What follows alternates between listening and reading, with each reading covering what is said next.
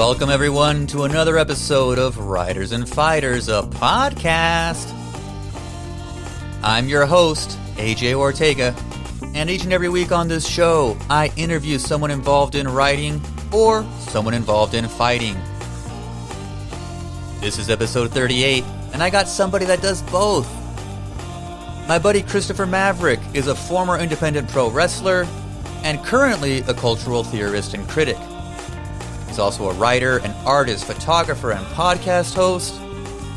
We talk about a whole lot in this one. Tells us a little bit about being hyperlexic as a young child, like reading really early, which sort of propels him into his academic studies as he's currently finishing up his PhD. We talk about how he got into professional wrestling and martial arts. We go deep on the Fast and the Furious franchise, his philosophy about teaching, writing, and argument to college students, wrestling promos, his creative work like the webcomic called Cosmic Hellcats, and drawing and photography. We'd cover a whole lot, and it's a good one. So there's no fight talk or recaps at the front end of this episode, so let's just get right to it. This is my conversation with Christopher Maverick, aka Mav, my academic misfit fighter buddy. I had fun with it, so I hope you do too. Enjoy. All right, y'all, I'm sitting here on Zoom with Chris Maverick, good friend of mine from my running around the Pop Culture Association conference, interest in writing and wrestling. Super cool dude. Mav, tell the audience a little bit about who you are, man. Hello. I am many things.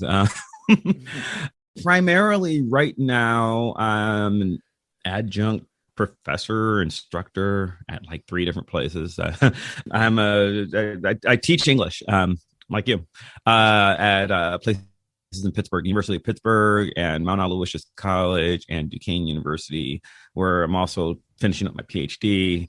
I do a lot of research into. I'm a cultural theorist. I do a lot of research into cultural studies. My work usually deals with how race and class and sexuality and gender are represented in 20th and 21st century pop culture. So I look a lot at movies and television. Comic books are one of my specialties, and professional wrestling was one of my first specialties that I worked with.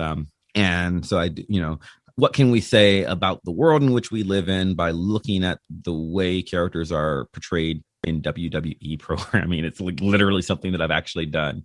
Or in my case, I did a lot of I was also a pro wrestler for several years. I was worked the indie circuit, and so I was able to like do what we call autoethnography, mixing in a lot of my personal experiences with the scholarship.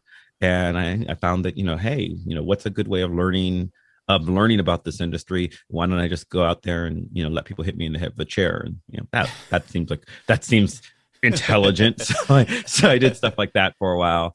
Now I'm too old. I haven't worked. Well, no, that's not true.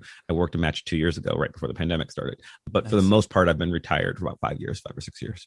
That's great, man. That's great. And that intersection of wrestling and the scholarship was where you and I crossed paths. Found out that you were writing about wrestling, talking about it again through this academic lens. I was doing something similar, and we linked up several years. And yeah, it's just been a fun little ride. I've since kind of moved away from the wrestling writing, and so have you. You've moved into the comic book stuff heavily and all that stuff. And yeah, and that I just wanted you on because you wear so many different hats, right? And I don't, dude, whenever we go to those conferences and hang out with academics, I'm like, man, like, we're like the real people. And it's like people like you show up, and I'm like, oh shit, like Mav's dope. Like he has this he's super smart, and he has this really interesting other world and these other lives that he lives in, and all sorts of creative endeavors. Here's a question for you though. Yeah. Was the writing thing first, or was the wrestling stuff first? I'm talking little Mav.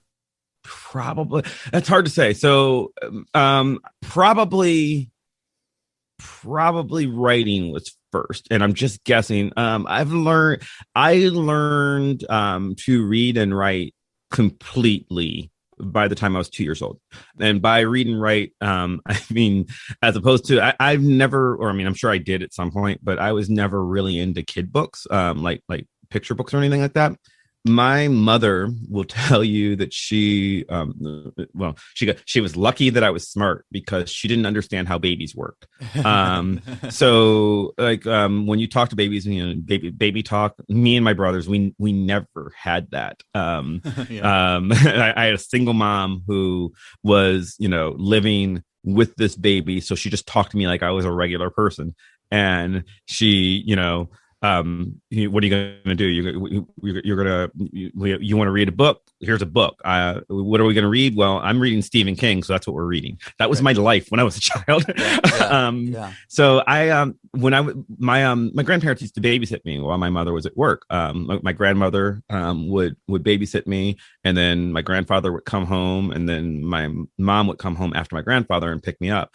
But between the time, my grandfather worked the steel mill. It was the first black foreman for U.S. Steel. Nice. And so he would come home and from a long day at the steel plant, and my job at 2 years old was to read the newspaper to him. That was like something that I was told that I was supposed to do. That was how I contributed. And he would just sit in his easy chair, and and my grandmother got upset at first, where she was like, what do you, she came into the room and saw me like on the floor with the newspaper. She's like, oh, Christopher, take that away. That's for grownups. And my grandfather was like, Mabel, give that back to him. She's like, Lonzo, the baby's not supposed to have paper. And he's like, he's reading it. And she's like, he can't read as a baby. And my grandfather snatches the paper away from my grandma, puts it back on the floor, and says, Christopher, what's that word say? And I go, the. And my grandmother says, very good. Well, what about this word? And she's like, and I'm like, journal. And he go, and my grandmother figures, okay, well, he knows the name of the paper. Good job. And she tries to take it away from me. And my grandfather takes the paper back, and she goes down there and says, all right, I want you to read that paragraph. So I say, President Ford has now looking into the Watergate investigation, blah, blah, blah. I'm like, and my grandma was like, how is he doing that? And she's like, he reads, leave him alone. And that's what I did every day. Because my mom taught me to read, because she didn't know you weren't supposed, like starting at about a year and a half old, when I could start talking. That's when I started learning to read, because she didn't know you weren't supposed to be able to do that. Like it just didn't make sense that he's a person, and now's time to start reading. So I was this weird kid doing that. And then I would do stuff like, my mother, I watched Sesame Street and stuff like that. Sesame Street, Mr. Rogers. I enjoyed those sort of things because I was too, but also I was watching, we had one television, I'm old kids. We had one TV and, no cable yet. So there was a lot of, my mother was going to watch what she was going to watch. So in 1976, when Roots came out, there was no way in hell my mother wasn't going to watch Roots. So we watched Roots together. I was 2 years old, and I watched Roots, and my mom always thought it was very important. So it was, we're going to watch Roots, which she'd read. I don't think I read it Roots with her. I might have. I don't know. I don't remember. Alex Haley. Okay. But we watched it together on TV, and then every night we'd watch Roots, and then we'd have a discussion about slavery. Like that, when I'm 2, and again, not dumbed down, other than my mother would explain stuff that I didn't know what it was, but she'd just explain it because she wanted us to have just me at the time, because my brothers weren't born yet. So that was like my childhood. So as a kid, for me, it was always, cultural studies was just what we did. My mom wouldn't have known the term at the time, and it was just what we did. So then I start getting into wrestling and superheroes at the same time, around the time I was 6 or 7. So that's later. And my mother apparently liked wrestling as a little girl, because her brothers, my uncles, they liked it, but they didn't. She didn't really care for it, so she wasn't really watching it. And like basically, I got more into wrestling. My grandfather liked it, but I got more into wrestling once we had a second TV that I could watch. Right. And there's a lot of WWE. Saturday morning, and when we eventually got cable, primetime wrestling. Sure. Primetime wrestling, which is the precursor for the kids out there. It's precursor to Monday Night Raw. So I would watch that, and I had a fascination with it, but it never even occurred to me to do it until after college. I started training as a wrestler.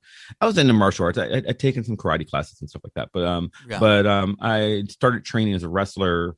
I was 20, I don't know, it was 2000. I was probably 24, 25, something like that. Yeah. No, I was even older. I was probably like 27 or 28.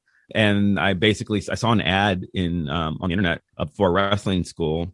And I literally thought to myself, well, that might be fun. And I can probably write a paper about that, if nothing else. So that's literally why I went to wrestling school. I was just like, I went there and they were like, hey, this is, they're like, well, it's not cheap. It's like, it's like $3,000 for the year. And I was like, perfect. Gym membership sounds great. And they're like, really? And I'm like, yeah, I'm a grown up. I have a job.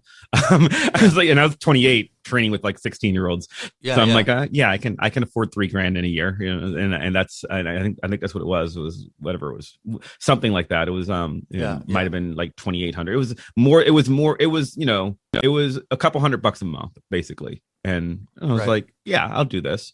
And I did that for my goals in wrestling. I was like, if I can wrestle one match ever, that's good enough. That was, and I did it. I ended up doing it for like 8 years. But my goals were really, really simple. It's like, I was like, if I can understand this well enough to write an academic paper, because before I went back to school, before I went to grad school, I was doing, you talked about PCA in particular, the Pop Culture Association. Is one group, but I was basically doing academic conferences for fun because I'm a nerd. and I was designing computer software as my day job at the time, but I was like doing what is now my job, what is now our job, what you do as well. I was like, it'd be fun. What if I go to an academic conference and write a paper and do homework? That sounds great. And my wife, or my girlfriend at the time, Stephanie, at this time, I'm working full time and she was in grad school. And then now it's reversed. Now it's me. Well, I guess I am working full time again, but me being the grad student, when she was working on her doctorate, I was working full time job. Now it's the exact opposite. But she was, I was like, I'm going to go to this academic conference for fun. And she'd say, you have fun. I will see you when you get back. Because she had to go to them, for work. Yeah. And she's like, why would anybody want to and do I don't this want to right now. Yeah. right. And I'm like, let's look at Roland Barthes and Adorno and talk about wrestling. Right. Why would anybody want to do this? That was my life for years. And then eventually I got to the point where it's just like, I like this way better than I like my actual job of going to computer gig. Going to, I'm like, so what if I could just do this all the time? And so I basically gave up a, viable career, to go back to grad school and do something that I enjoy. And honestly, I'm way happier this way. I mean, okay, here's the thing. Designing computer software is a really good job and it pays really, really well, but I wasn't happy. It pays way better than being a college professor, particularly in the struggle of how adjuncting works. But I'm a lot happier now, because I was really good at being a software designer, but I didn't care about it. I had no passion for it. I was never going to host a podcast on software design. I mean, I listened to some, those exist. It's just not something I'm interested in. When I realized that I was such an insane person, that I was literally going, I was traveling across the country to talk about Marx for free, because that's what I enjoyed, Yeah. So I like that moment you say when you come up in your childhood and your mom is just providing you this education of talking about the things in the world. And you say, well, this is, the cultural criticism of what you do now professionally, right? And that observing the world around us and kind of picking it apart and understanding it. And shit, you're the person that told me for the first time that I did cultural criticism, and I remember it was one of these conferences and being like, "But I'm a fiction writer," and I just kind of was thinking in my hotel room about that. And I was like, "Oh shit, I have been doing this for years," but you were the first one to say it to me. It was just funny, anyways. So I thank you for that. And so your early wrestling training, man. Tell me, I like hearing about the first week, first couple days. Tell me about that breaking you in thing, and you're an in shape guy, right? Like I know I've bunked with you in a hotel room before at a conference, and you're like, "Well, I'm going to the gym this morning," or whatever, and I'm like, "Well, I'm going to go have a cigarette, and I'll see you after," or whatever, you know. And so I know you work out and stuff like that, but tell me wrestling training. I'm working out again. Just for setting the premise of when we are for future listeners, right? But remember, in America, in the world right now, we're in the middle of a pandemic. Right. So I have I'm also no longer an active wrestler, but I very much fell out of shape during quarantine. Right. I am working to reverse that now, and I'm a crazy person. So yes, I do enjoy working out. I enjoy. I decided that I was going to drop my pandemic weight 2 months ago. Cool. So in the last 2 months, I've lost 29 pounds because I am an insane person who, but like, because I will train like a pro wrestler when I decide, oh, it's time to get in shape. I'm like, oh, well, I put on 30 pounds of fat. Well, that can't be. So now we're going to, we're going to hit I'm not hitting the gym because I'm afraid of germs. So I won't go there. But I am perfectly willing to just change everything about the way I eat and to train like Rocky and do the montage. Sure. But it's the one thing that I was able to do that because again, I really was old. I was very old when I started wrestling. Not really, I was 28. So, but my training partner and my tag team partner for a long time was a kid whom I tend to call Shima, because that was his wrestling name when we were training, and it was his name on the indies.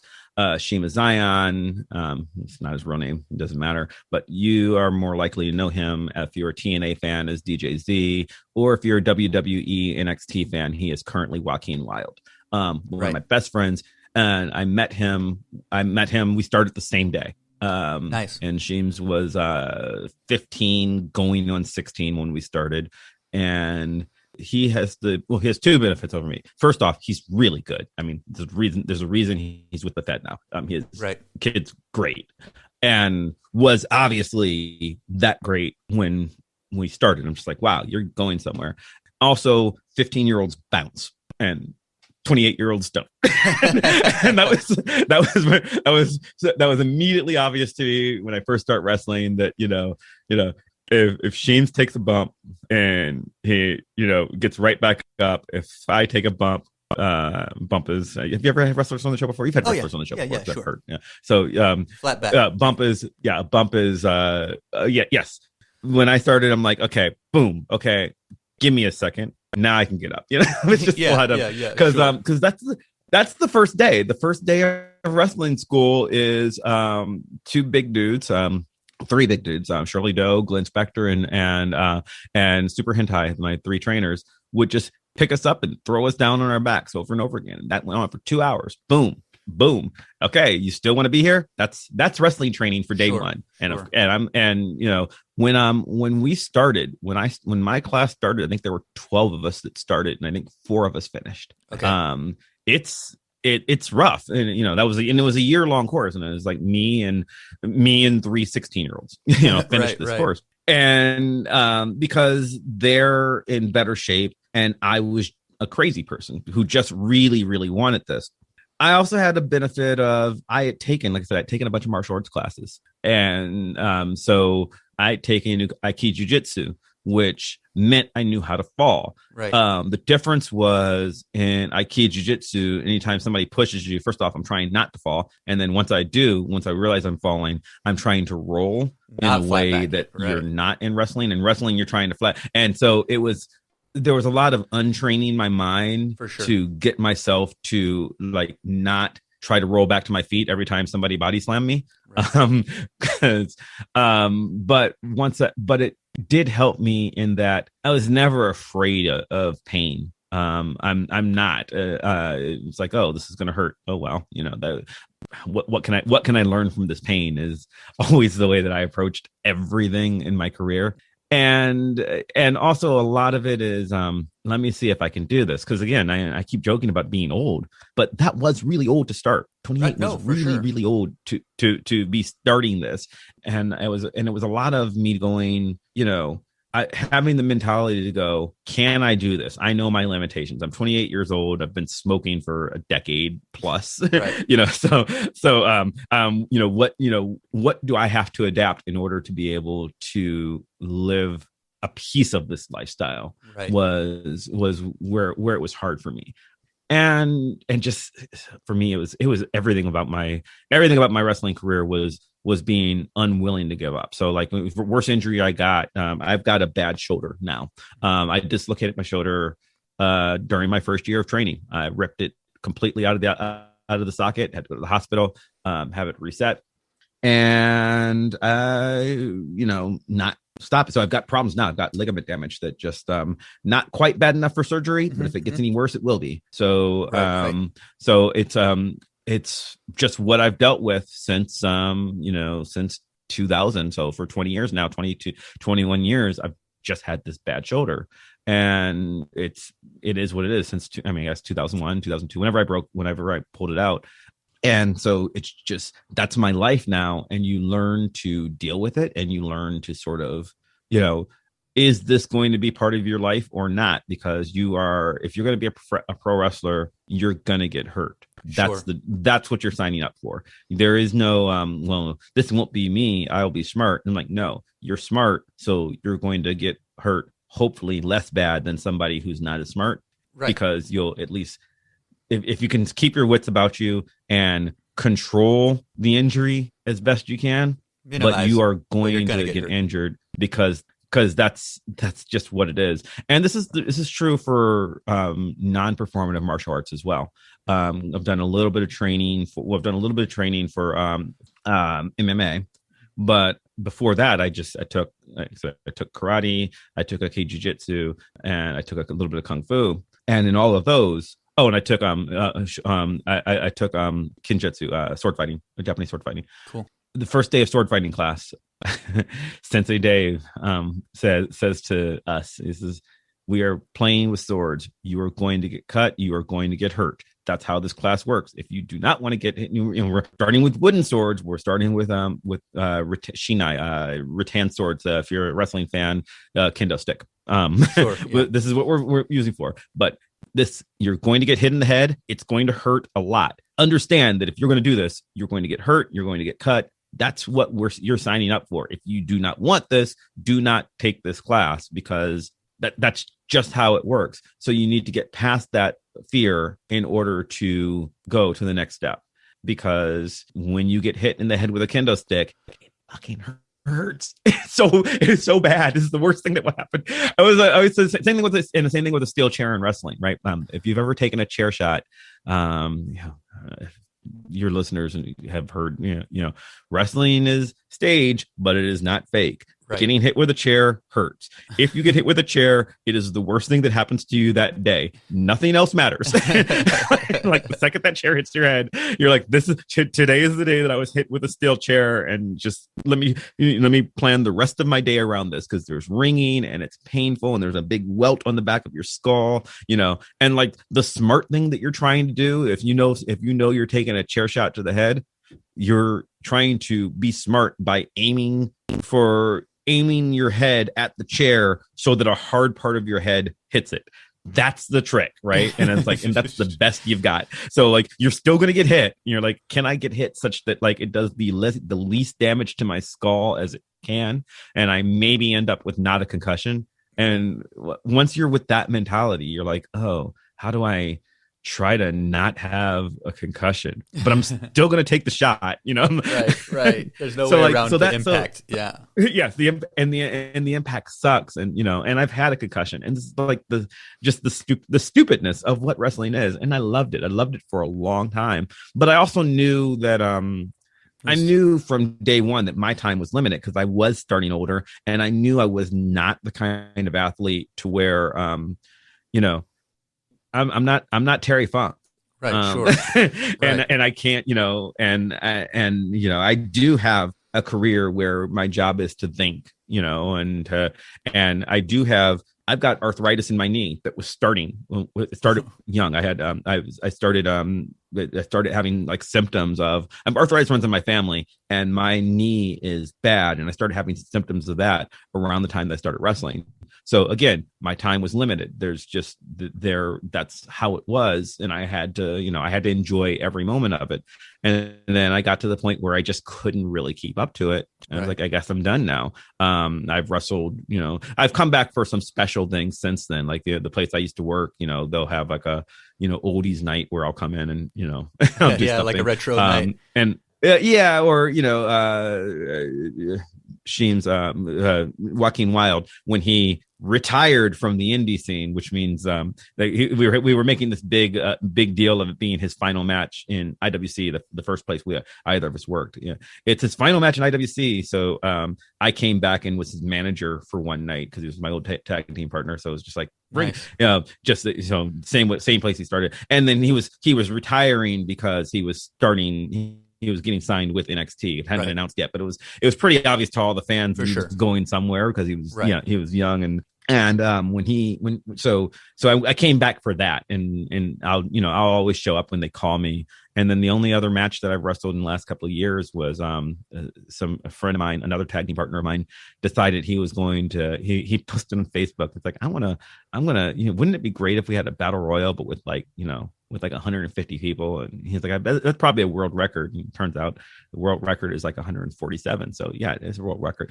And It was like, he's like, I'm going to break the Guinness World Record. And it's like, if you ever do that, yeah, I'll come out of retirement and do that. And I thought I was joking. And then like literally like 6 months later, he's like, okay, I've talked to the Guinness people. I've talked to these 4 promotions. And he's like, and he's like, and I'm like, you're seriously doing this? He's like, yeah, you're still doing it. Right. And I'm like, yeah, you need 150 guys. I guess I am. I'll be number 138 or whatever. Yeah.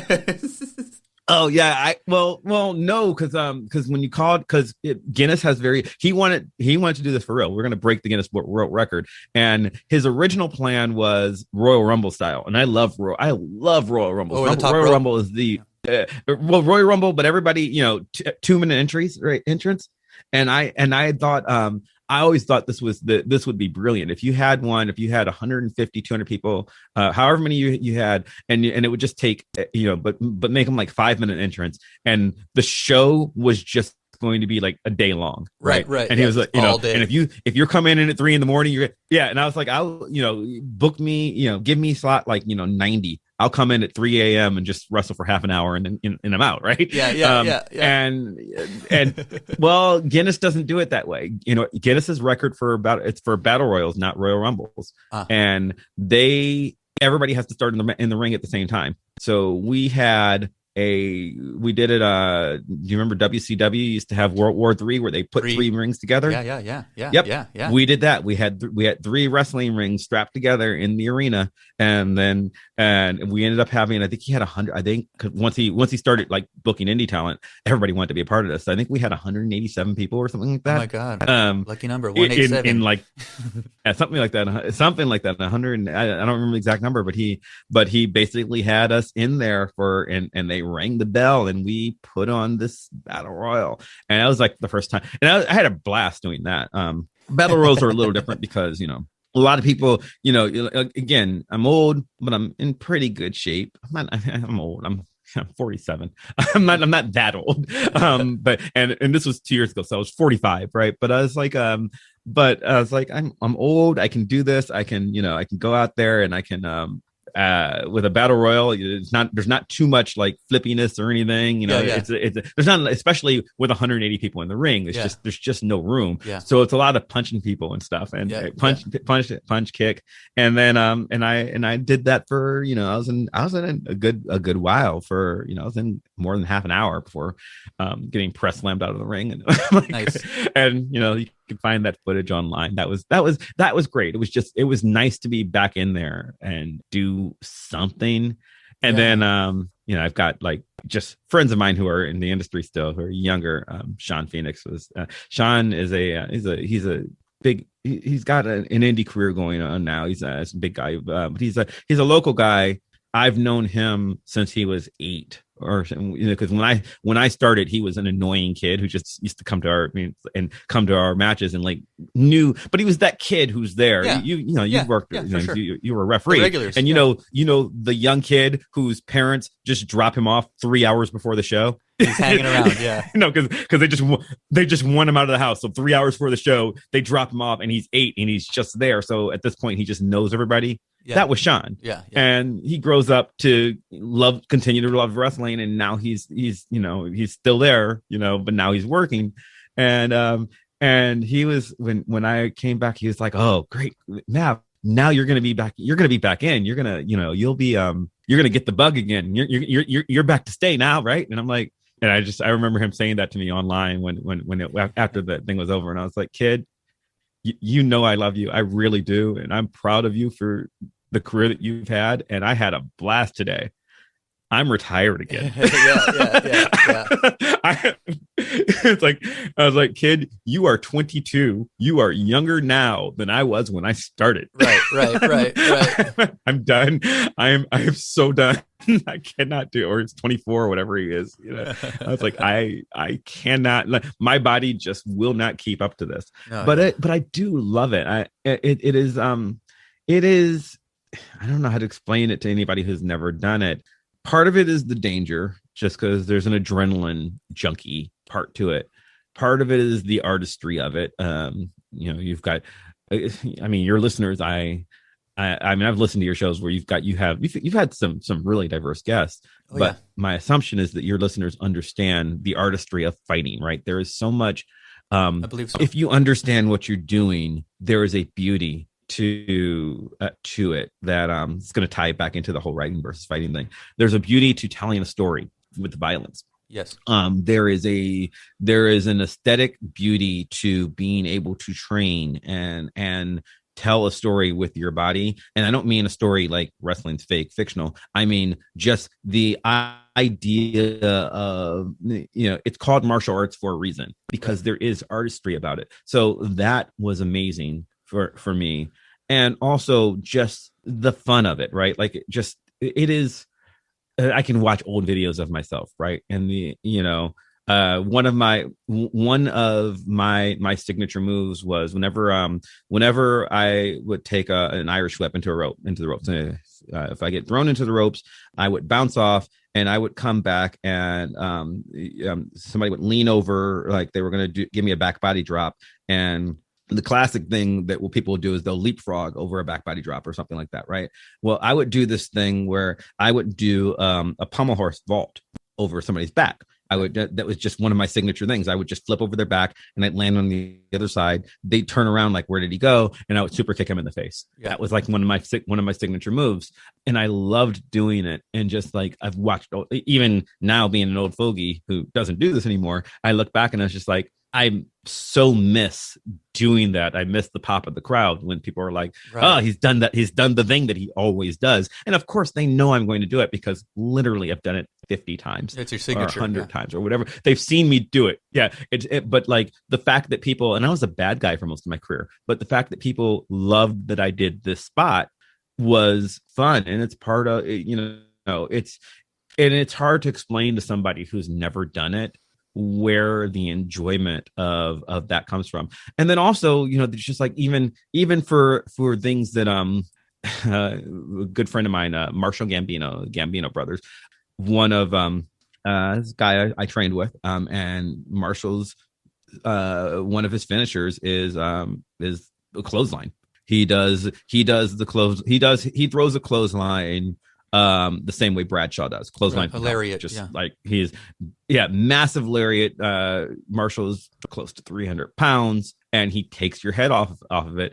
And my job when I get clotheslined by Marshall Gambino is to, how many times can I flip before I hit the ground? That's right. That's what you're doing, thing. Yeah, and he hits you like a Mack truck, and it hurts, but like just looking at it, one of my favorite things in wrestling was always taking a clothesline from Marshall Gambino. Was just like, how do I sell this like I've been hit by a tank? Because that's how it feels. And also, but also like just like I was just always so proud of myself whenever I could, can I get the entire 360 flip before bam, and it's like, yes. And I don't know how to explain that to someone who's never been a wrestler, Yeah. the joy in that you feel in the, yes, I died there. That was so awesome, Yeah. But it really is part of it, and it's part of the artistry of it. It's part of the fun of just, of combat sports, and that's what I enjoyed, right? And that's what I miss. I miss that, and I miss hanging out with my friends and stuff. But I talk to them on Facebook. It's fine. It was now a lot of my research is superheroes, and I was a super villain. At the end I was a superhero sometimes, but essentially I was a real life comic book character for a decade there, and that was amazing, even from the non-academic. I mean, I might have started it thinking, well, what kind of papers can I write from this? But I'm not going to pretend it wasn't fun. I enjoyed the hell out of that life, and I got to meet people who, not that I'm super good friends with them, the way I am with Joaquin Wilde, but like just over the time, over just sharing the years, locker rooms with interesting right, and people that you've seen, and right, I developed something of a friendship, like they know who I am. I've right. hung out with AJ Styles regularly. I've hung out with with CM Punk regularly. Corey Graves, who's now an announcer for WWE. I literally was the photographer at his wedding. Yeah, nice. He's not divorced, but yeah. still, he knows who I am. Just people who are still in the indie circuit.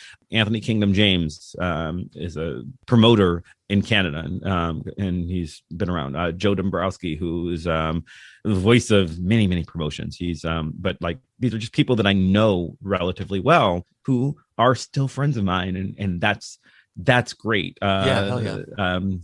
Ray Rowe, who's Eric the Viking in WWE, he's a good friend of mine. Shane Taylor, Ring of Honor Shane Taylor is a really good friend of mine. So like knowing these people is just these are guys who are still in the industry, but knowing them well and watching them become far more than what I've ever done. And that's those are just naming people who are big, right? I've got a lot of random, just the Gambino friends, good friends of mine, Jake Garrett, these are random guys who never made the big time, who I love just as much. Those are my friends. And that part of the lifestyle is, there's, I don't know how to explain it other than the fact that when I talk about like, Marshall throws a lariat like a Mack truck, a clothesline, it hurts. It's dangerous. Basically, there's a big 300-pound dude running at you as hard as he can, and he's going to aim his arm at your neck. And there is and I'm going to try to do a backflip as he hits me. Right? There's so much trust that goes into that, and I'm willing to do that.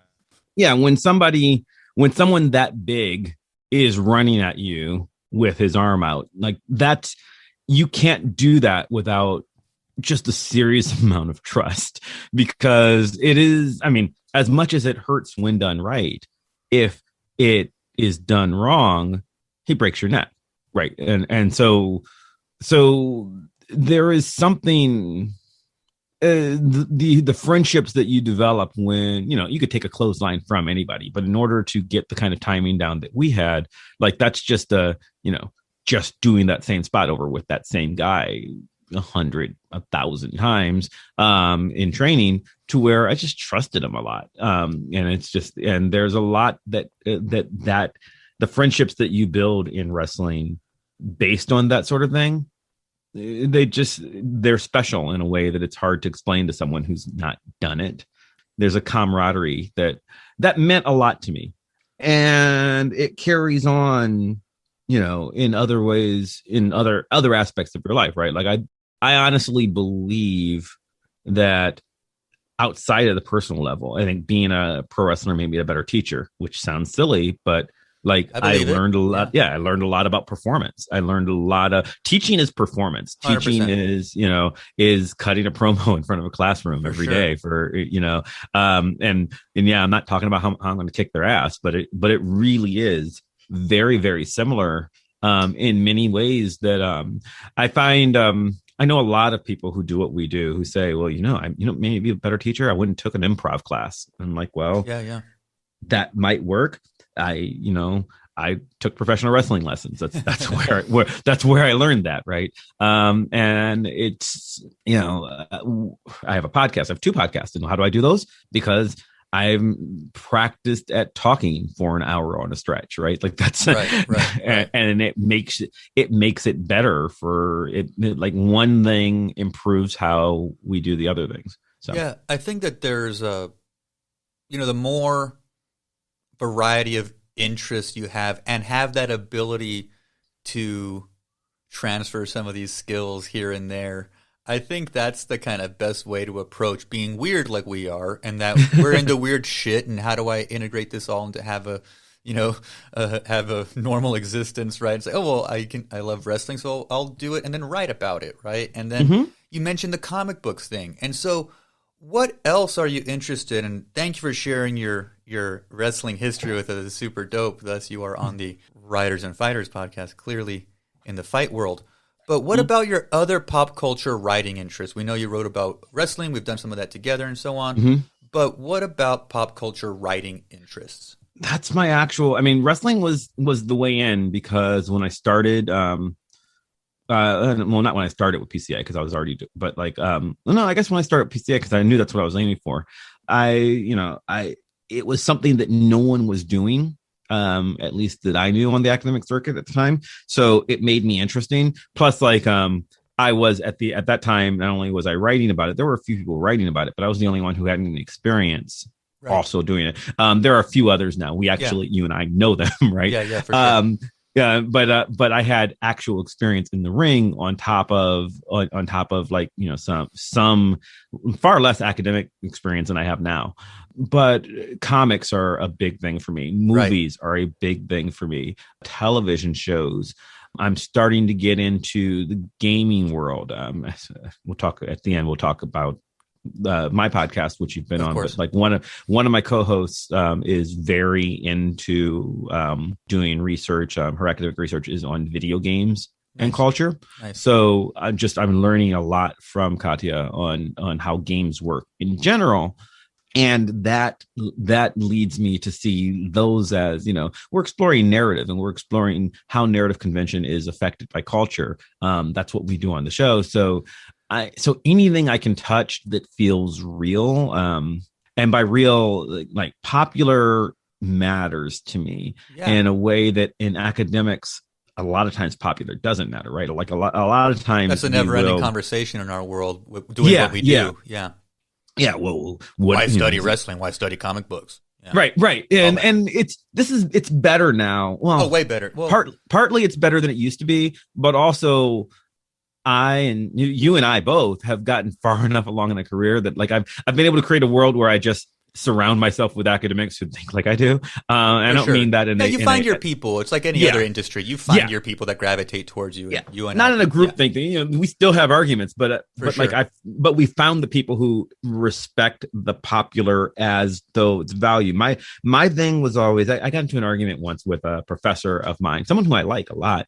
And her argument was, there are books and there's literature. And she's like, and I was like, what do you mean? She's like, and she just, for example, she said, well, take, 50 Shades of Grey. It has no redeeming value. It's just, her argument was, this is just salacious fluff. And I was like, well, but salacious fluff has value. And she's like, why? And I'm like, because that woman has made $1 billion selling millions and millions of copies of books to millions and millions of women around the world. This is some level that you or I will never attain.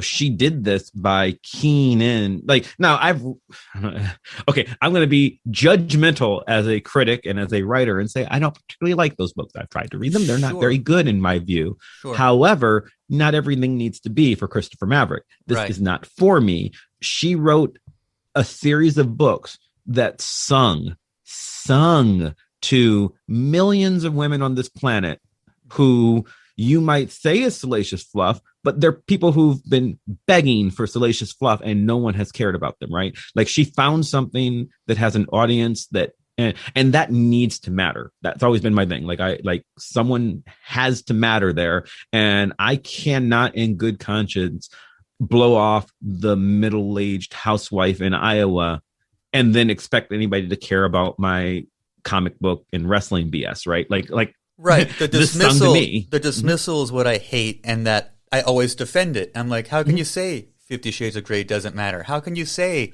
Keeping Up with the Kardashians doesn't matter? And I always defend that. Like, I always defend Justin Bieber. All these things that I don't like, I always like to defend it. And even if it's not my thing, I think it's still, or whatever. I have to defend the opportunity to study those things. And I would love to reach some and there's scholarship about 50 Shades of Grey now at our conferences and things like this. That's fascinating to me, and I see it very much the same way as you. I'll tell you one of the things that I absolutely adore lately, and we did an episode of the show on it, but we haven't. I haven't done any actual published. Well, I guess I see. Again, I'm still navigating. That's another question of what podcasts are. And I'm still navigating this. We've done an episode. I haven't done an academic journal publication of it, but I am right now. I'm very into the idea of Fast and Furious.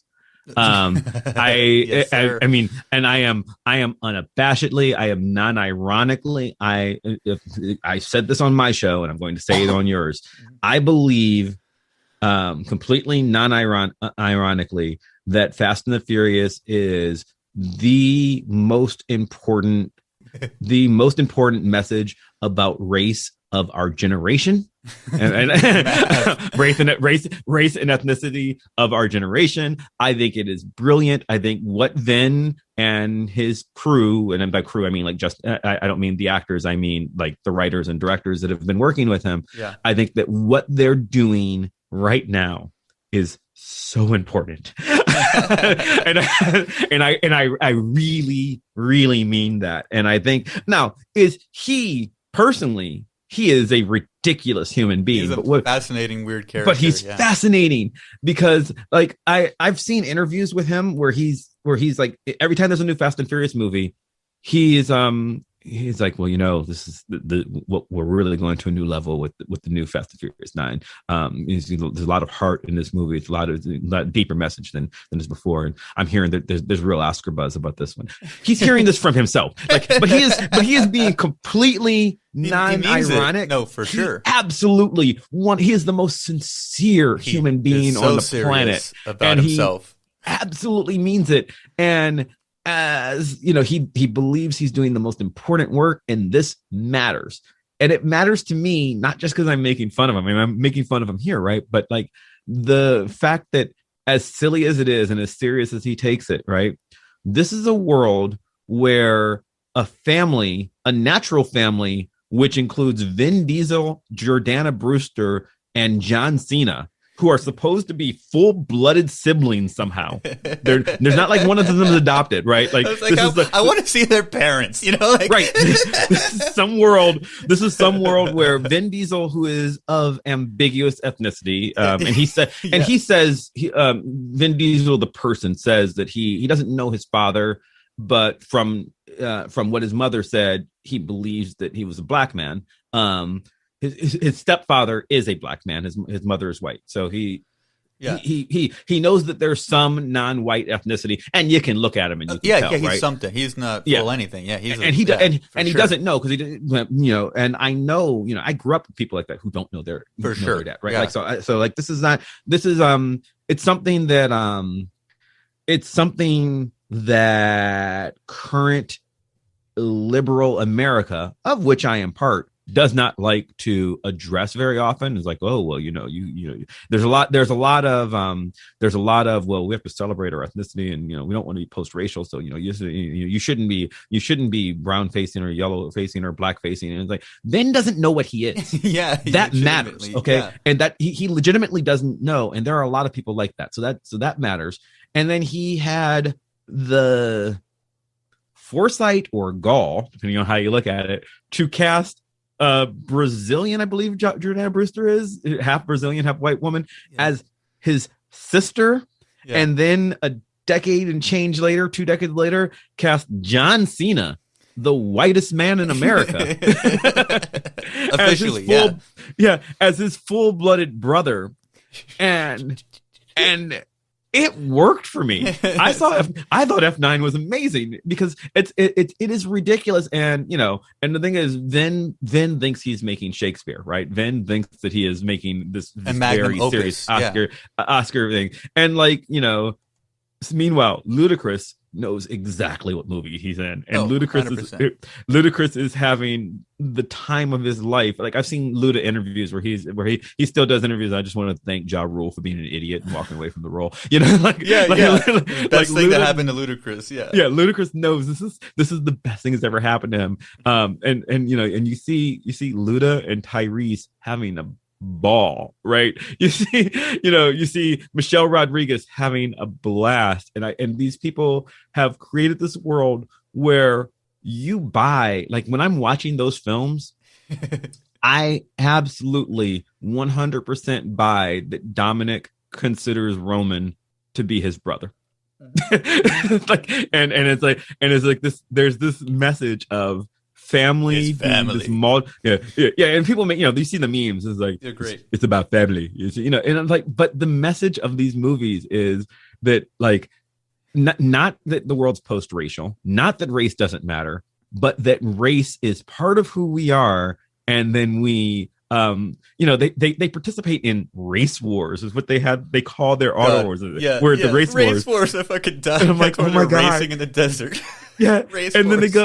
And then they go in there and they're like, but everything is like, it's not about cars, it's about family. It's about everything. I don't got friends, I got family. And it's all this family stuff, because to Vin Diesel, family is this acceptance of your brothers and sisters in the world as you have determined who they are. And the message is beautiful. It is absolutely beautiful. And I think that I think that if you take this seriously and you study it with full scholarship, if you actually consider what is really being done at this crazy epic storyline of petty car thieves, of petty electronics thieves who have now become globe-trotting superheroes. Yeah, legit. Yeah. That's what I love. The evolution. This is this Campbellian epic that like, I think needs to be studied. I think needs to be, this is what pop culture studies is about, because these movies are making billions of dollars worldwide. The most eyes are on these types of movies. Yeah. 100%. On this ridiculous story, but I don't think it's just ridiculous. I think it is so amazing. And like, you think about, like, again, the Campbellian epic journey, like Joseph Campbell, the hero with 1,000 faces. He defines the monomyth and how mythic storytelling works. Dominic Toretto was a VCR thief who is now a super spy, and the movies progress in a way that makes sense. They tell this storyline of which you might or might not buy into, but it is telling a storyline of racial acceptance and of found family, and it is doing this in these films that I think are brilliant. And as ridiculous as they sound, are they any more ridiculous than anything that happens in the MCU? And is the MCU any more ridiculous than Macbeth or Moby Dick? Right? Moby Dick is the story of a man chasing a whale. Yeah. And we treat it like it's the most important literature ever written. Right. And it is important, but I think that there's a lot to say. And that's why, PCA, the conference we met at, changed my life, right? Like it showed me that I can wander around this conference every year. It was virtual this year, it was online, but most years I can wander around this conference and I can see people talk about pro wrestling, and then I can go and give one of my talks on comic books, and then I can walk into a room where someone is talking about The Bachelor and The Bachelorette and what this means to culture, and I'm like, and that was one of the best talks that I ever went to, because I'm like, I know nothing about these things. I'm going to go learn. And it's what makes learning fun. It's what I try to do in my classes, is I try to get my students to engage with literature and media in a broad sense, where they're not thinking of school as this place that I go to study James Joyce and Tolstoy and the classic dead white guys, Edgar Allan Poe, Fitzgerald, people who I love. Great Gatsby is one of my favorite books. I don't mean to denigrate any of these things, but literature shouldn't just be the study of these 15 dead white guys. Literature should be the study of how stories, the most important thing that we do as human beings is we tell stories of our lived experience. How can these, what do these stories say about the culture around us? That's what cultural studies is. And how do we generate the tools to talk about why 50 Shades of Grey or Fast and Furious is as important as Shakespeare and Tolstoy? Yeah, and I think they are. I think they absolutely are. And I think that now I also think that, it's weird because the Academy in general, you can look at like Ta-Nehisi Coates, who has academic cred now because someone decided, oh, well, we want to expand beyond dead white guys. So here's a black gentleman who we can say is sophisticated and we can include him. And I'm a big Coates fan, but again, not the end of the world. Why can't Vin Diesel be there? And I think that Vin Diesel is there. I think he's doing something important. I think E.L. James, who does 50 Shades of Grey, doing something important. Obviously, I think, Ta-Nehisi Coates also writes comic books. Yeah, I was about to say, But I was going to say like Stan Lee or all these things. Alan Moore, who wrote Watchmen. People, when you're studying comics, people will say, well, comics, they'll say the graphic novel, the sophisticated version of comics. It's not, comic books are comic just books, more right? pages, right? Well, and also like if you, I've joked about this. If you're teaching a class on intro to comic books, Watchmen, Dark Knight Returns, Alison Bechdel's Fun Home, Mouse, and you need to teach one of those books, or you need to teach 3 of those 4 books. You can leave one off, and the one you leave off is not allowed to be Watchmen. Like that, no, that's just how that's how comic studies works. Like maybe you can maybe throw in like Jimmy Corrigan, smartest boy on earth. Like there's like you can leave, but like get 5 books and everybody teaches those, right? Like everybody's like, oh, have you read Watchmen? Of course I've read Watchmen. I do this for a living, right? But like those are the serious, sophisticated comics that everybody teaches. Alison Bechdel's Fun Home. It's like, oh yes, this is serious literature, not like all you know what? Yeah, it is serious literature, and Bechdel's Fun Home is a great book. Sure, but she is not the only gay author who's ever written a comic book. Yeah, and she will say that, right? Like there's so much out there where I think gatekeeping is inherently bad. Yeah. So for me, it's always about how can I make this most accessible to my students, and I don't need to gatekeep. What I need to do is open up the literary experience so that it's available to everyone, so that everyone can have these conversations. So I'm teaching you how, I know it sounds gatekeepery, but I actually do mean it to be open. I am teaching you a way of thinking. I am teaching you a way of expressing yourself. When I'm teaching you to write, I am teaching you I think everybody comes to college thinking their writing classes are going to be about, how to conjugate verbs and stuff, and like how to spell things correctly. And I don't give a shit. I just don't. Oh yeah, I want complex ideas, right? That's what I'm looking for. And it's like, how do I teach you? I open up classes all the time. The first thing I teach, I'll walk in and I'll ask my freshman comp class. I'll say, all right, here's the, welcome to college. Here's your first English class. I'm about to pop quiz first day. We're going to write an essay quiz, and I'm going to ask you the most important question anybody's ever going to ask you in college. Who's better, Cardi B or Billie Eilish? Go, you have 15 minutes. Right. And they'll go, what do you mean better? And I was like, nope, just write. That's what I want. Right. Because what I'm really asking you is I'm asking you now, I'm giving you a fake dichotomy, right? A fake binary. What if you don't like Billie Eilish or Cardi B? Well, you're screwed. No, you're not, because you have to come up with an argument for what better means, right? And I've done in other words. I've done who's better, Superman or Batman? Sure. I don't care, right? Who's better between 2 sports teams, right? It's like exercise, right? Yeah. Right. 100%. The exercise is writing should be about expressing some idea. And I can give you a starter idea, Like I've done Steelers or Patriots, Pittsburgh Steelers or Patriots, and Right.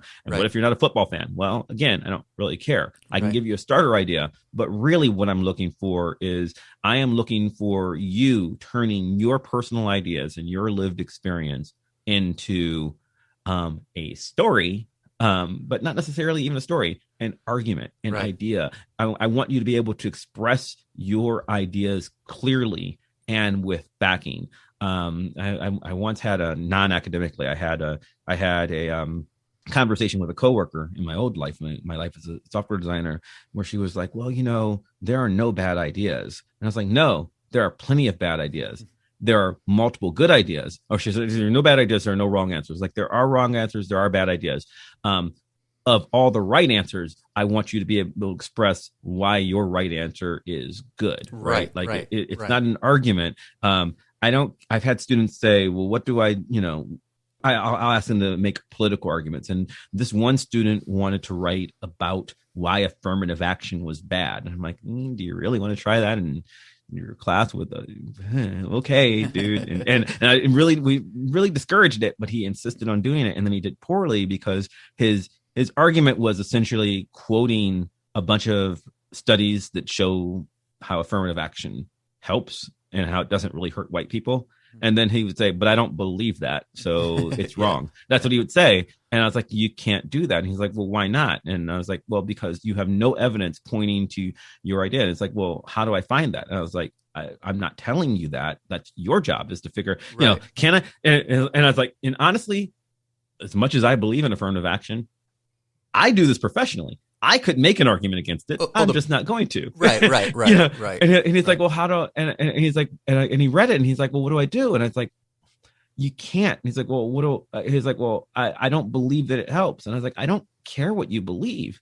Right. I care what you can prove. Right. Right. If you are doing the research, nobody made you choose this topic. My job is to teach you to express yourself, and writing is critical thinking. My job is to teach you to not have a preconceived notion of what your argument is going to be. I'm not teaching you to write to an echo chamber. I'm teaching you to explore an idea, come to a critical understanding of it, and then express your new critical understanding in an understandable way so that you can pass that knowledge on to somebody else. Right. It's not good enough. And I mean that from my own point of view, right? People write tons of stories that agree with me politically, but it's not, it's not a good argument to say comics are important because I think so. You need to be able to express yourself. You need to be able to, writing is about the journey. It's not about the end point, right? Like your essay needs to convince someone, not that you're right, but at least that you have a point. Right. Like if you're just saying words, that's not writing. That's not useful. It's not an argument. It's not a point. It's just, it's just you saying words. You have to tell, you have to write in a way that I look at it as a reader, not as your teacher, but as a reader, and say, okay, this guy's thought about some stuff. I might not agree with everything he said, but he's thought about some stuff, and I want to see where he continues to think. Take me on this journey. Sure. So that's what I think of. That's what I think we are doing as a profession. Because you don't have to be. Everybody can write. No, not everybody can. And I don't think you need to be a writer. I think you need to have some ability at it, right? Like, Sure. I think we've fallen into this trap where, anytime we're talking about something, a creative pursuit, right? Like writing, or, people say this about art all the time. Art teachers will say this thing. I hate when people say that they can't draw. Everybody can draw. No, everybody can't draw. Yeah. Everyone can put pen to paper, but to pretend that someone's, that some art isn't better than other art, or some writing isn't better than other writing, that's disingenuous. Sure. I don't need to make you into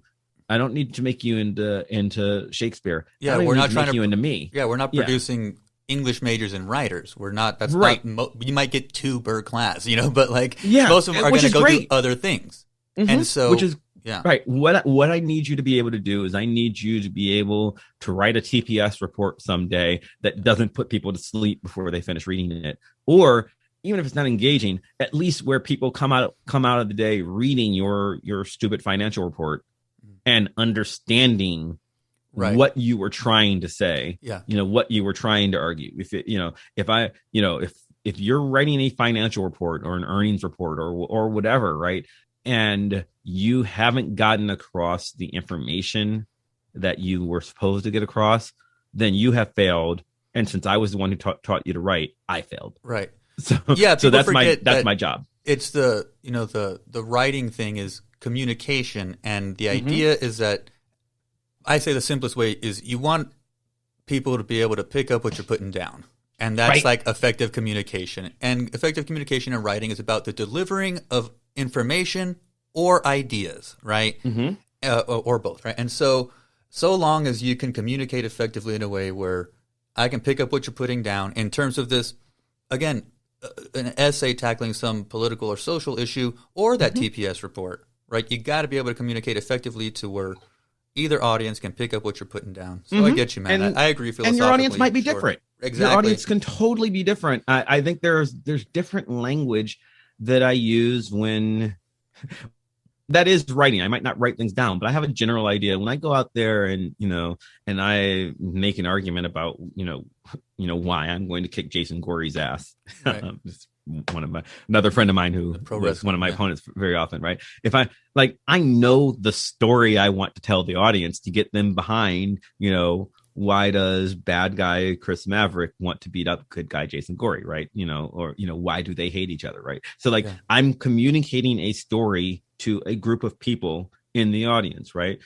In the same way as when I am making an argument about why I think Vin Diesel is as important as Fitzgerald, I am communicating an argument to a group of academics. I'm using different language. I'm knowing my audience, but I'm still trying to tell a story, right? And I'm trying to, even in the wrestling sense, right? The wrestling sense is got a fakeness about it because when I'm telling that story, I'm also trying to communicate subtly to the audience that my reasons are wrong because I'm a bad guy. Right. Jason was the good guy. He's got to, like, when I'm done telling my story, they've got to be behind him because he's the hero. He's the face in wrestling terms. And they need to hate me because my reasons for wanting this fight are really that I'm an ass, right? Like I might, but like they need to believe that I believe them. And they need to believe that I'm wrong. So that's a complex message that I'm trying to get across. When I'm trying to convince people that, that the argument that I just made about Fast and Furious, about like the importance of this racial message that Vin Diesel was, you need to believe that even if you disagree, you're allowed to come away from this episode saying, no, those movies are stupid. Okay. Right. You can disagree with me, but I hope that your listeners see, okay, Mav sees some stuff in this, and let me at least pay attention enough to where I see where he's coming from, right? I'm not going to watch this because this is a stupid car movie, right? I just don't care. Like, you might have people say that, but at least they'll say, you know what? I see where that's in here. Because you might not, I'm just trying to think something very far away from what your listeners might listen to. And your listeners are going to be very varied, right? But like just trying to get us far from fighting as possible, right? Bachelor or Bachelorette, 50 Shades of Grey. Sure. Did you see Bridgerton? No. Bridgerton was amazing. Bridgerton was this Netflix show based on these romance novels. It was absolutely amazing. I loved it. We did 2 shows on it. Great. It was so great. But I don't expect everybody to like everything that I like, right? What I'm hoping for as a writer myself is I'm hoping that I can express myself in such a way as if you come away from an episode of my show or an academic journal that I write, either one, saying, you know what, he's got a point. He's an idiot, but he's got a point. You can think I'm an idiot, right? Yeah. But if you go, he's got a valid point. I see what he did there. That's enough for me. That for sure. This world is about translating ideas to each other. That's what we do, and culture is better. If we're talking about multiculturalism being important, culture is better if we can translate those ideas, because otherwise you end up with a bunch of people saying no because I said so, and Right. I don't think that's a good argument, whether you have a kindergarten education or you have a PhD. Because I said so is not a good argument. Yeah, and I don't buy it. I don't buy it when I argue with a 5-year-old, and I don't buy it when I argue with a 60-year-old. And I think they both try it. I've seen people try it all the time. It's like, no, because I said so is meaningless. And it's meaningless when you're arguing the importance of Shakespeare. It's meaningless when you're arguing why you don't want to eat Brussels sprouts. It's meaningless. Speaking of Fast and the Furious, I pulled this off my shelf. That is Jesse's car, the Volkswagen from the Jetta, right? From the first movie. Yeah, I love Jesse. I'm a Volkswagen guy and a car guy, and I love the movie. So I got some of the Hot Wheels anyway.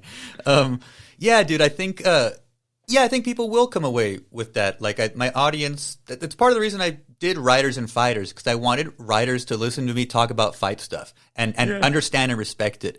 Then I wanted, my fight fans, wrestling fans, stuff like this to stumble upon, the weird poets and weird writers and journalists and stuff I run into, and that I have had feedback already. People being like, hey, I'm not into fighting at all, but I've been listening to these, usually from the writing world, and they said, I've been listening to these, and they're fascinating. These people are great. I never knew. And that, yes, just so long as you respect and understand that, yes, boxers are important, right? Yes. MMA fighters matter. And pro wrestling. You did a show like needs 3 respect, weeks ago. all that stuff. Yeah. You did a show 3 or 4 weeks ago with, I'm sorry, I've forgotten her name, but this woman who she's competing internationally in medieval combat. Yeah, Lauren Leakin, from the she Dallas was amazing. Mystics. Yeah, shout out to Lauren. Everybody loved that episode. I mean, just like if she's listening to your show, new fan in me. I know nothing about this world, and it was riveting. No, yeah, and obviously, I'm okay. I'm more likely to be convinced because when you said you were going to do the show, I was like, oh, that's brilliant. It's like you've got you've got two things that I love, obviously, same as you. And I love the concept of it because, I mean, they are completely dissimilar, right? You could have just as easily done sports and poetry, right? Sure, 100%. You could.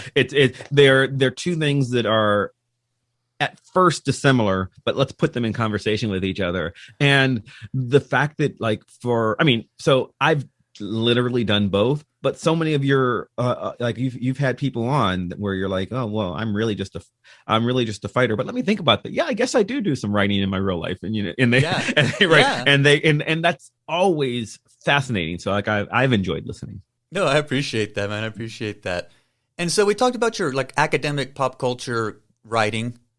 What about creative writing? Do you do songwriting, poetry, short story stuff? You working on a novel? Tell me, do you do any creative? Used to, not as much. I mean, dissertation eats your life. Sure, it's really a whole different beast. Yeah, and for years I wrote an online webcomic called Cosmic Hellcats. Yeah, that we just my partner with it, Max.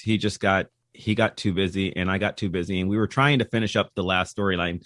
We did it for 9 years, and we were trying to finish, and we just never, we just couldn't both do it. We had this, it was this epic journey of these cat girls from outer space. It was literally, the entire joke was because people were like, oh, we thought this would be way more pornographic than it is. I'm like, no, there's lots of porn on the internet. You don't need me for that. But it was the sex farce of these cat girls in outer space. It was a Star Trek parody. Nice. And a parody of superhero comics. The last series we were doing was a parody of Game of Thrones. Beautiful. We would do time travel epics and stuff. So I love doing stuff like that, because that was just pure creativeness, and it was just like me parodying stuff that I saw in pop culture, or that Max saw in pop culture, and trying weird things where we were trying to push the comic book form. So one of the most creative things that we did that I was always amazed that people picked up on it eventually. If you go, it's still online, you can go read it. In the world of Cosmic Hellcats, word balloons are physical things, but no one ever comments on it. So they're and what I mean by that is we if you look very closely, you can see that our word balloons in our comic always have this slight 3D bubbling to them. Okay. That like there's a curve to the balloon. They're They shaded. exist in the world, and they have of a drop comic. shadow. They're physical right. there. And we never explain this ever in the context of the comic. But every once in a while, you'll see somebody, because somebody on a podcast once critiqued it, and they're like, the word balloons take up too much space. In fact, sometimes it feels like the characters have to are being edged out of the panel by the word balloons, or they'll have to jump. They'll have to move around them. I'm like, yes, that was intentional. You caught it. So like there are places in the comic where we'll have the characters jumping over word balloons, or they'll hit each other with them, they'll or something. bonk their word balloons together. Right. And we had this one point where one of my favorite bits that we did was we had a character who was naked. She had just showered or whatever. So we just kept having word balloons over her breast and her crotch. Yeah. And that's how we hit it for that entire thing. And then there's, a guy, the guy that she's talking to is like trying to stare around them, but that was the joke. And people were like, well, why aren't you showing? I'm like, again, that's the joke is, it's us trying. So somebody said, well, somebody asked, why don't they ever comment on the fact that they can see the word balloons, and they would say stuff like, I see what you're saying, but other than that, they would never actually acknowledge that they could see the word balloons. And I was like, why do you never acknowledge that you can't see yours? Right. In their world, that's how sound works. We don't question that. Why do I hear your voice right now? Well, that's how we hear things. They communicate with physical objects in front of them. Yes, and so we never acknowledged it over the entire. And Max and I had to talk about it. We're never going to talk about this. This is just going to be a thing, because their ship. Then what was very loud was they were in what we called a smart ship. They had their spaceship communicated by shooting. Projecting these holograms of words that they would read. And so that was very obvious, and no one ever had a problem with the fact that people got because I used a different font. I used this digital font on what looked like this screen that would just float in the air, and they would very clearly be reading those, and people got that. And they never questioned the fact that like Fluffy is what we called the ship. We called the AI Fluffy. Fluffy would communicate with these projections of words, and everybody else would talk back. But the fact that they were word balloons, people never got. So to me, that was always part of, that was the fun of writing that series, was the creativeness of that. And we had spinoffs. We had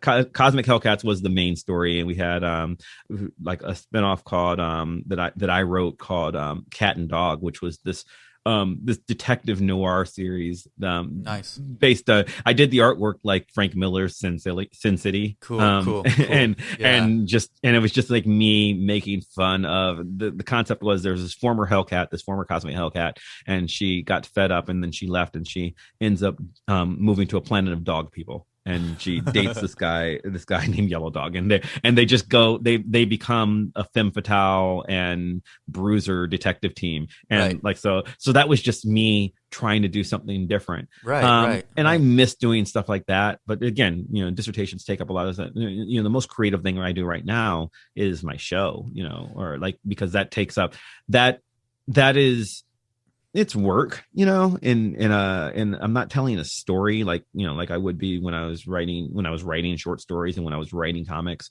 I am largely doing the same kind of stuff that I do at work, much like you are with this show, right? Ideas.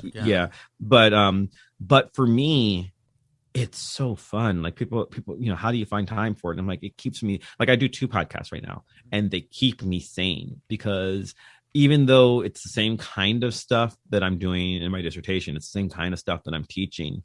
I can't explain it any better than it's just the context of it is so different. Vox Popcast is, you've been on the show. I always say that the idea was, if we go to a conference, let's have the conversation that we have in the bar afterwards. And you and I have done a lot of hanging out in bars at conferences, let's have the bar conversation. Let's just have it on the air, and being able to have this laid back view of academia, because as I said earlier, I got into academia because I was a weird nerd who was doing it for fun, right? I was going around and doing academic conferences in my spare time.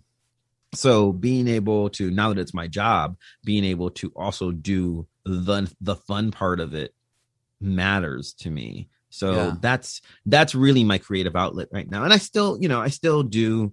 I have an idea for a novel that I want to work on once I finish a dissertation. But I only have so many hours in the day. Yeah, the Vox Popcast, again, that's your podcast. Mm-hmm. Always pop culture themed, variety of topics. You got some regular co-hosts and you get guests and things like this. Mm-hmm. And you've had me on 3 times, and I appreciate that.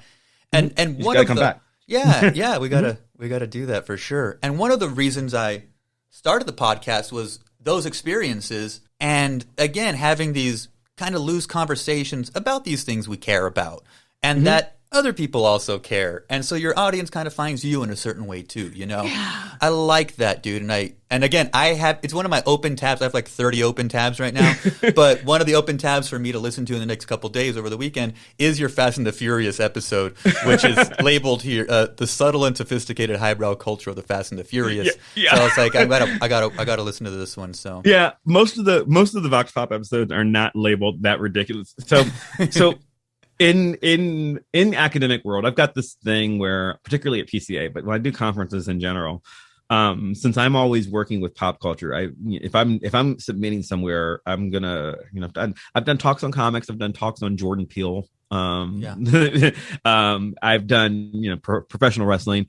I don't want to go and do the thing that everybody else is doing. I'm always going to want to do something silly. And popular. So I always, my joke with the conferences was I was always trying to make it as pretentious and literary sounding as possible. But it was just, that's mostly to amuse myself. But I don't usually do that as much with the podcast, because with the podcast, one of our goals was always to get regular listeners.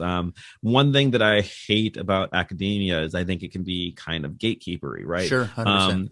I think that there is value in promoting voices that are studied. Like, so if I do think that there is value in having someone get a PhD in studying comics, right? Like, yes. Or in pro wrestling, to where I have spent enough time. I've spent years of my life at this point investigating the nuance of how sexuality is portrayed in superhero comic books. I am without ego saying I am one of the foremost experts on this topic on the planet, right? That's what I have done for the last decade, is like work towards this, right? And I know other people. So things that I say, things that my direct colleagues say, should be more important in a way than just like, well, I think Black Widow is hot because, right? Like, that's not what I'm doing, right? That said, I'm still writing about funny books. Like there's still comics. I'm still writing about pro wrestling. It's still, it's still, it comes from an area of expertise, all that kind of stuff. But we're still talking about silly things. And so I want it to be silly. Good, I want to be able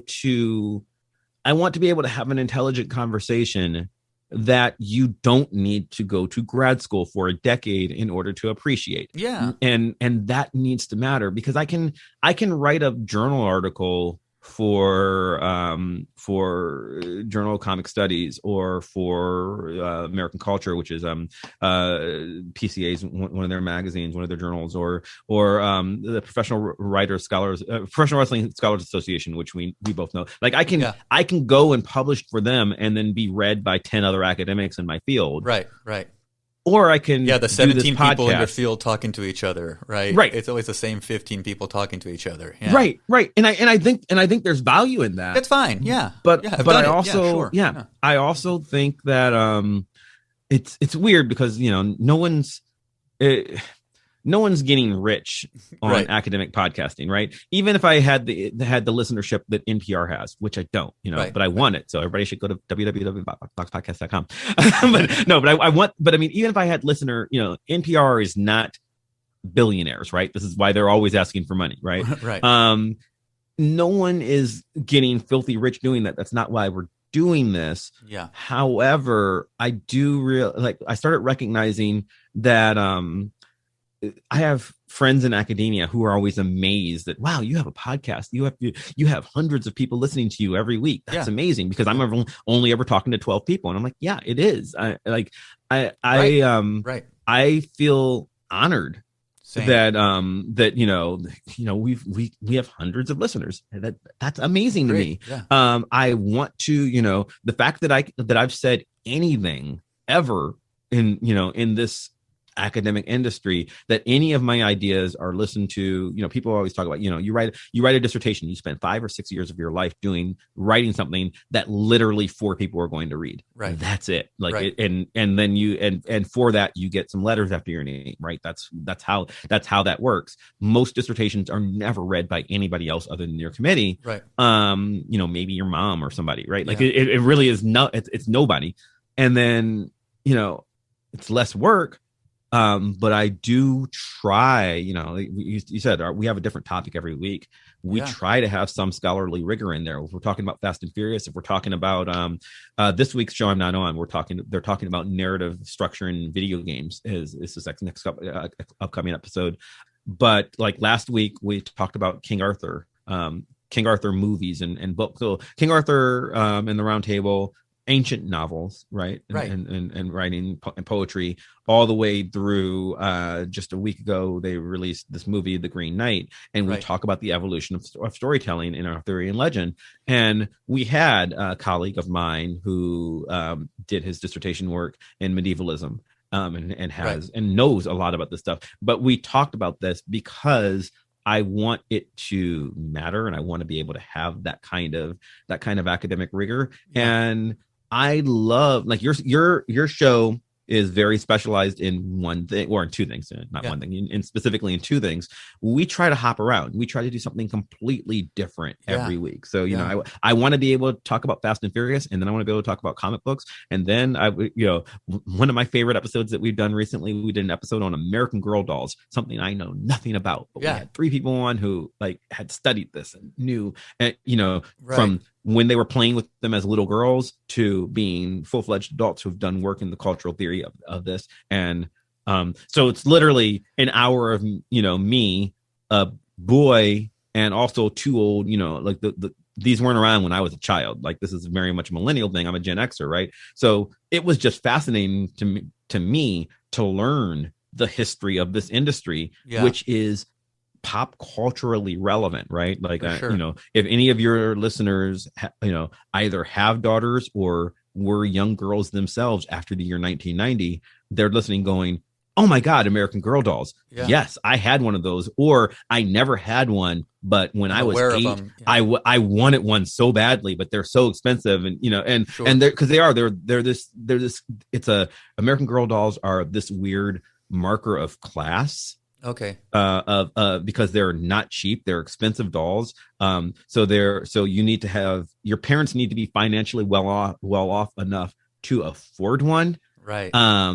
But so many of them, it's this weird appropriation thing where a lot of the dolls are historical figures. I mean, they're fictional historical figures. Wow. But the dolls are, here's a young girl who grew up in the Depression. Let's look at her life. Here's a girl who grew up homeless in the 80s. Let's look at her life. Here's a girl who's wow, I don't know what this is. It's fascinating.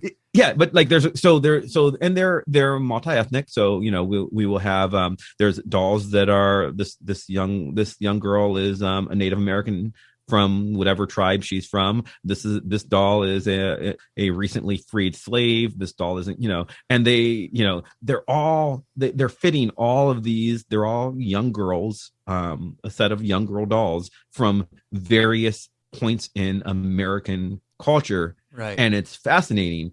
But also they're $120. Monica, my co-host, she was talking about, she had one which she adored as a young girl, but her mother paid money for it. So it's the doll that she's allowed to play with, but that can't leave the house, except for when they went on a trip to, like, you can go to the American Girl doll store to where you have tea with your doll and you can buy an outfit and stuff. And it's like a whole thing. And like she talks about when she was like 10, this was or 9 or 10, this is a big deal because she got to take the doll out of the home. And I was like, so having that conversation on air to me is amazing. And this is PCA. I get to do PCA. Again, we keep saying that it's a conference.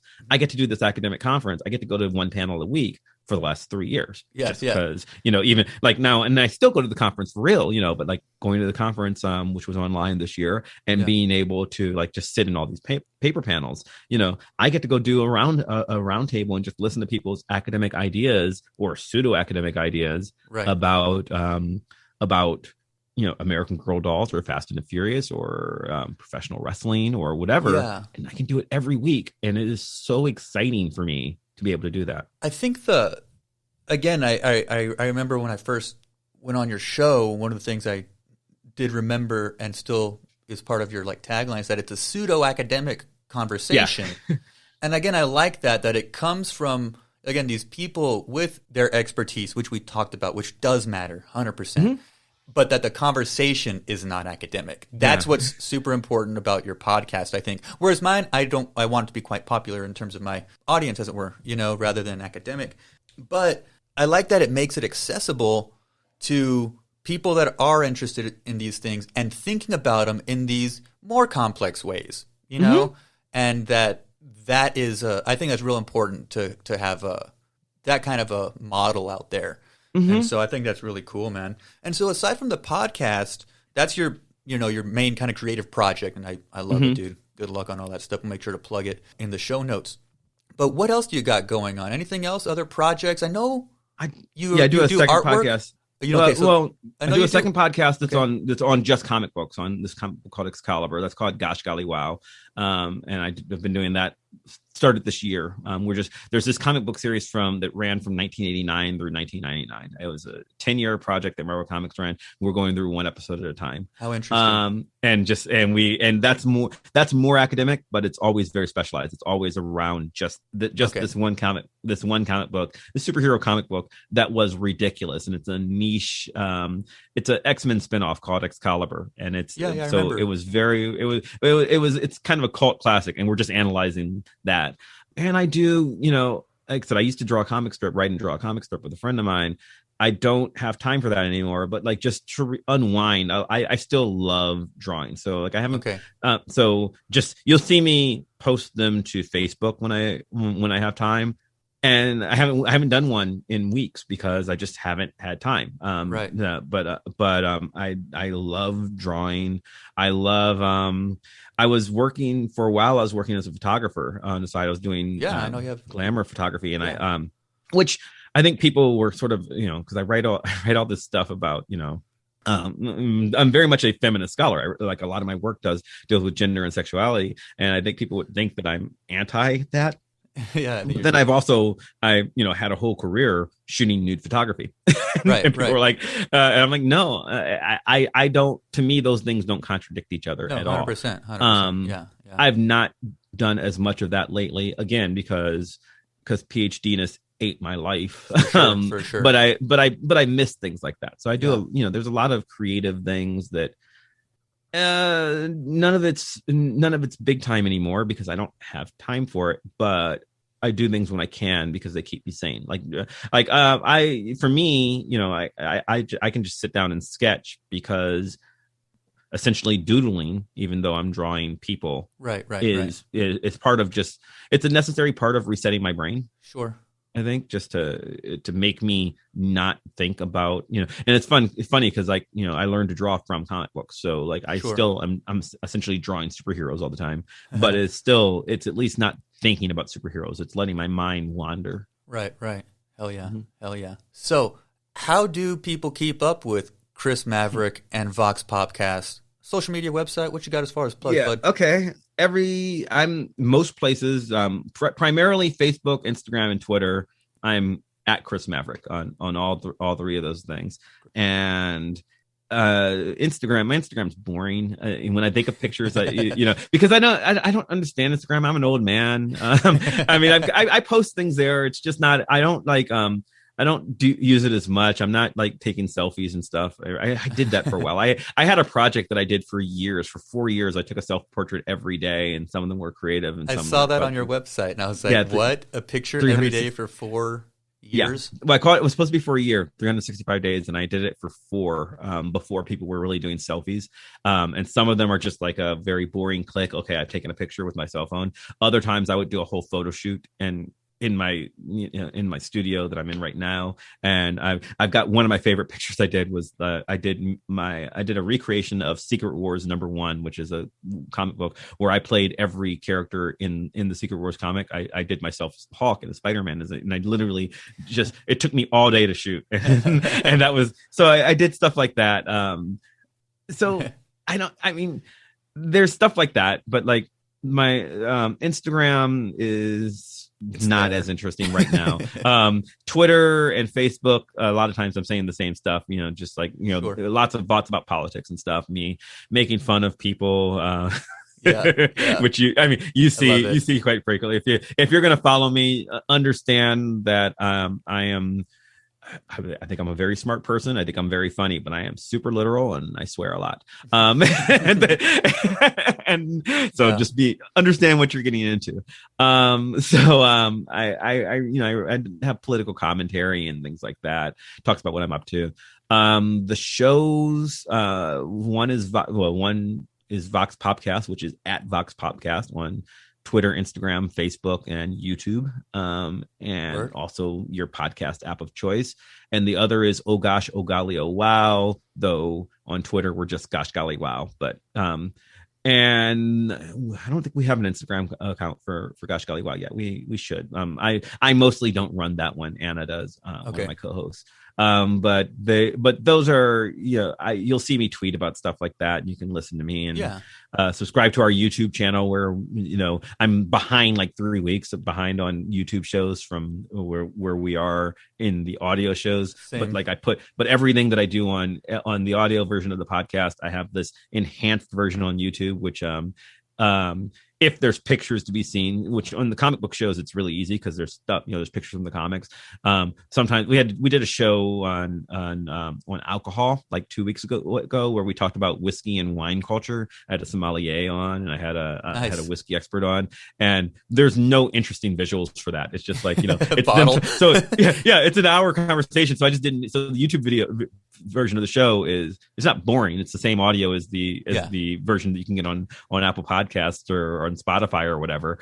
But like the YouTube version of the show has no pictures, because what am I supposed to show? Is these people talking about how you judge wine? And I'm like, okay, well, it's easy to edit, So, but yeah, you can follow me on your podcast app of choice on what do I always say on the show, on Apple Podcasts or Spotify or wherever the hell else you get podcasts from, basically. Those are two big ones. That's where we get it, all those same places. Very cool, man. Very cool. Mm-hmm. Yeah, I have to convert my stuff for YouTube too, and I'll get behind just because it takes so long to encode even a nothing video of just the album cover, which is all I put, just a still photo, and it just takes forever to get it over on YouTube to make your video file and all that. So, but yeah, we'll direct people over to all your social media stuff and the shows as well. Mm-hmm. Mav, I appreciated talking to you. It's been a while, man. Yeah, we haven't run into each other at those conferences because they've been online. But at some point, I'll have you back on, because we're doing we've got one coming up where it's not announced yet, but we've got a show coming up where we're probably going to be talking about car culture. Oh, so, neat. Yeah. We got a bunch of stuff going on. So yeah, would definitely love for your any listeners who want to check stuff out. Our show is all over the place. It really is, and hopefully that's interesting to people. So. Oh yeah, cool. Let me know when that one comes up, man, and I'll be happy to do it. All right, Mav. You have a good rest of your weekend, bud, and take care. You too.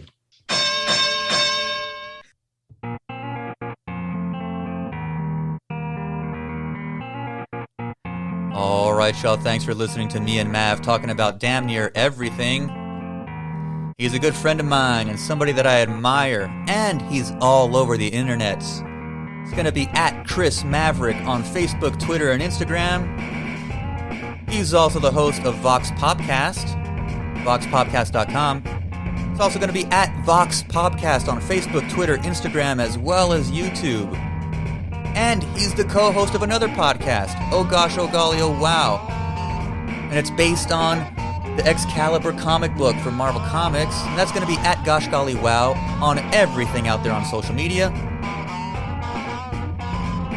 As far as the show, you guys know what's up. Writers and Fighters everywhere online. WritersandFighters.com has an episode guide. Send an episode to a friend and let them know how cool the show is. I'll be recording some new interviews next week, so make sure you're subscribed on Apple Podcasts, Spotify, or whatever weird app you use to listen to podcasts. Alright, y'all, aside from that, you know the drill. Be good. Be safe. Take care of each other. And we'll talk next week. Peace.